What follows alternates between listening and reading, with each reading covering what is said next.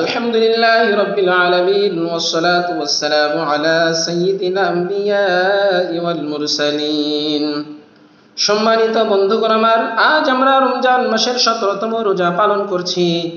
ইসলামের ইতিহাসে এই দিনটি অত্যন্ত গৌরবময়, কারণ এই দিনেই সংগঠিত হয়েছিল ঐতিহাসিক ব্যাটল অফ বদর, অর্থাৎ বদরের যুদ্ধ। এই যুদ্ধ ছিল হক এবং বাতিলের প্রথম বড় সংঘর্ষ, ইসলামের ইতিহাসে সর্বোচ্চ সংঘর্ষ, প্রথম সংঘর্ষ। বদরের যুদ্ধের প্রেক্ষাপট, তখন মুসলমানরা মদিনায় নতুন রাষ্ট্র সংগঠন করেছে, কিন্তু মক্কার কুরাইশরা বারবার মুসলমানদের ধ্বংস করার ষড়যন্ত্র করেছে। তখন রাসূলুল্লাহ সাল্লাল্লাহু আলাইহি ওয়াসাল্লাম সাহাবীদের নিয়ে বদরের প্রান্তরে পৌঁছান। মুসলমানদের সংখ্যা ছিল মাত্র 313 জন, কাফের কুরাইশ বাহিনী ছিল প্রায় 1000 জন। অস্ত্র শস্ত্রে মুসলমানরা ছিল দুর্বল, কিন্তু তাদের ছিল ঈমানের শক্তি।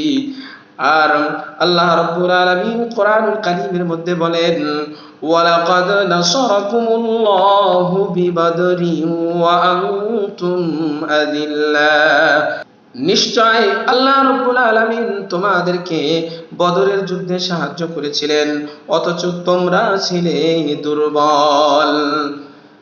অন্য আরেকটি জায়গায় আল্লাহ রাব্বুল আলামিন বলেন, ওয়ামান নাসরু ইল্লা মিন ইনদিল্লাহ, সাহায্য তো একমাত্র আল্লাহ রাব্বুল আলামিনের পক্ষ থেকে আসে।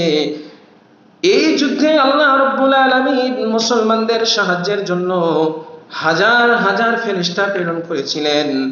ইদ তাস্তাগীসুনা রাব্বাকুম ফাস্তাজাবা লাকুম, তোমরা যখন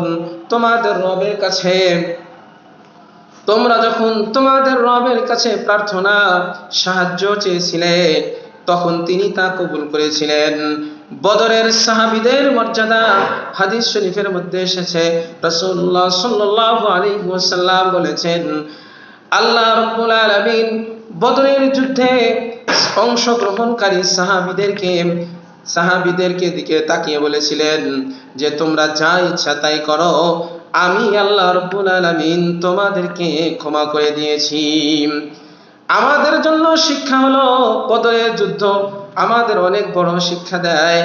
ঈমান থাকলে অল্প শক্তিও বড় শক্তিকে হারাতে পারে। আল্লাহ রাব্বুল আলামিনের উপর ভরসা করলে সাহায্য অবশ্যই আসে, সংখ্যা নয়। তাকওয়া ও ঈমানই বিজয়ের মূল রহস্য।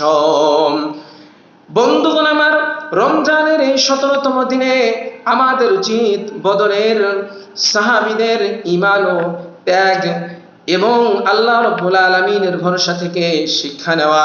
আল্লাহ রাব্বুল আলামিন যেন আমাদেরকেও সেই রকম ঈমান ও তাকওয়াবান হওয়ার তৌফিক দেন। সেই তৌফিক আল্লাহ রাব্বুল আলামিন আমাদেরকে দান করুন। আমিন। ওয়া আখিরু দাওয়ানা আলহামদুলিল্লাহি রাব্বিল আলামিন।